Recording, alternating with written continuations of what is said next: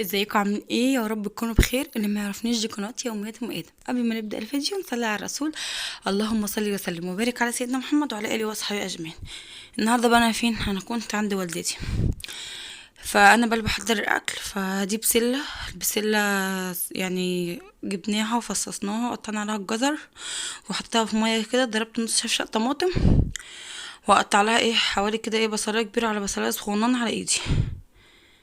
هنا بقى حطيتها كده في ميه.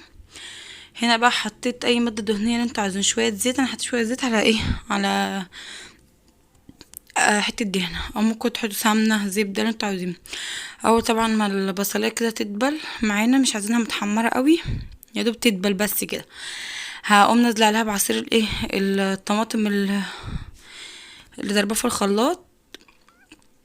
وبعد كده بقى احط لها توابل، فلفل اسمر وملح وواحدة ماجي. لو مش عايزين تحطوا الماجي ماشي، هسيبها بقى كده لحد ما تتسبك خالص. هنا هي بعد ما اتسبكت بقى هسيبها كده بقى لحد ما هسوي دي فراخ من تربية احنا مربينها في البيت. دبحت كده فرختين، خدت انا واحدة والتانية مثلا عملناها بقى احنا لينا هنا. طبعا بقى مسكتهم دبحتهم ونضفتهم وكده ونقحتهم وهنا بقى هسلقهم. هنا بقى هحطهم في الفرن، ومش هنحمرها، هنحطها في الفرن. بصلايه هتشتري على خلاط امي ولا حلال امي. بصلايه وضربتها في الخلاط على على طماطميه وطايه.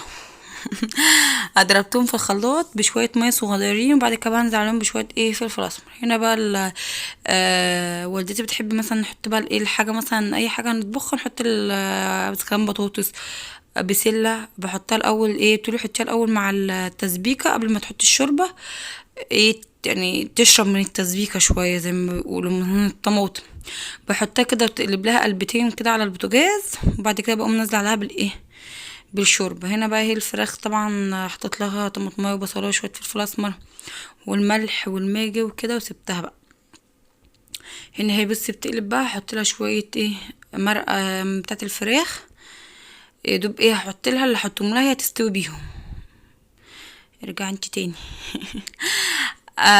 هنا بقى هسيبها يا دوب هما دول كده، هيسووها، مش هزودها حاجه تاني.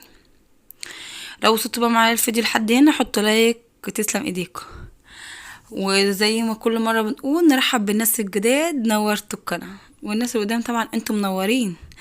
هنا بقى حطيت الفراخ بعد ما استوت كده، مش هسويها سوا كامل. يعني نص سوا كده. وبعد كده هنزل بقى عليها هرصها في صينيه وانزل عليها بالطماطم اللي مضروبه بالبصل. هنا بقى اللي مش اللي ما حط اللي يعني ما حطش عليه، اخد من الصينيه كده واحط عليه، ماشي. هنا بقى ده حطها طبعا تحت على الصاجه ومشغله الشوايه. اللي عندهم هنا في مروحه، بس مش عارفه المروحه باظت ايه اللي حصل لها. هنا بقى طبعا هنعمل رز بشعريه. حطيت طبعا بقى الشعريه يجي حوالي دول ربع كيلو او نص، يعني هو طبق مليان.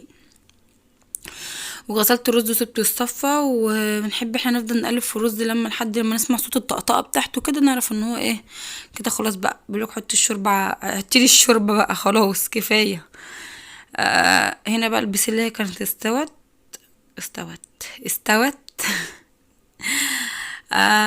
هسيبها كده خلاص بقى. والرز هنا هو كان توطيت عليه، اول ما يشرب الشوربه بتاعته بوطش عليه. طبعا احنا نعرف منين ان الرز الشوربه بتاعته مظبوطه؟ هنوقف المعلقه، المعلقه وقفت يبقى كده الشوربه كانت، المعلقه وقعت اول ما تحطيها وقعت كده على الجنب ده والجنب ده، تعرف ان هي الشوربه بتاعته زايده شويه، تشيلي شويه شوربه.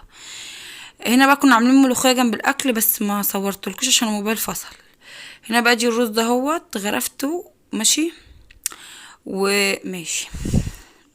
والبسله هي طبعا الاكل كان لسه سخن، والفراخ هي بعد ما